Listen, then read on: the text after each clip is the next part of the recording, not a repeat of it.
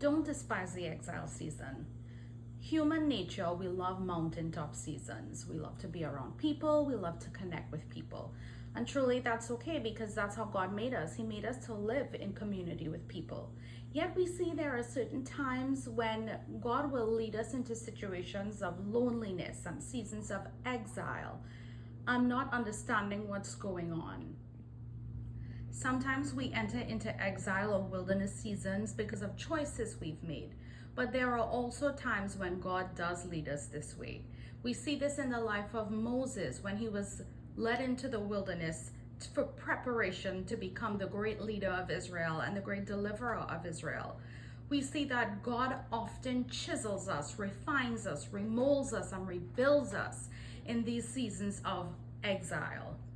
We see this also in the life of John the Revelator as he was exiled to the island of Patmos. And this is where God actually gave him the words of the revelation. We see it in the life of Ezekiel, where Ezekiel received great visions from God of things that were to happen in the future. This happened in the exile line of Babylon for Ezekiel.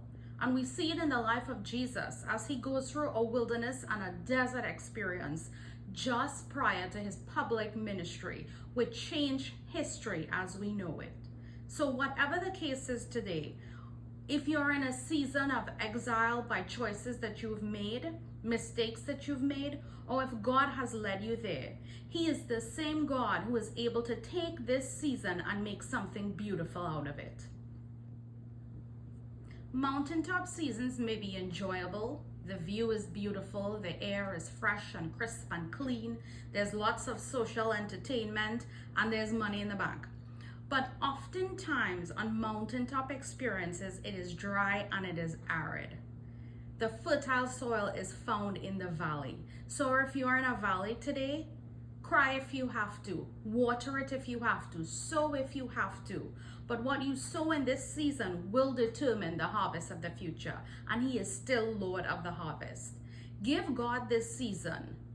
Surrender it all to Him. Cry out to Him and yield to Him. He is still that same God who is able to make diamonds out of pressure and pearls out of irritation. Yield the season to Him today.